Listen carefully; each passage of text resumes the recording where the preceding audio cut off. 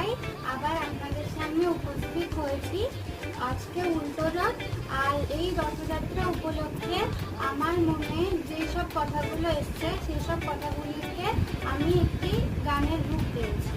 আমি সেই গানটি আজকে আপনাদেরকে শোনাবো। যদি কোনো ভুল ত্রুটি হয় ক্ষমা করবেন।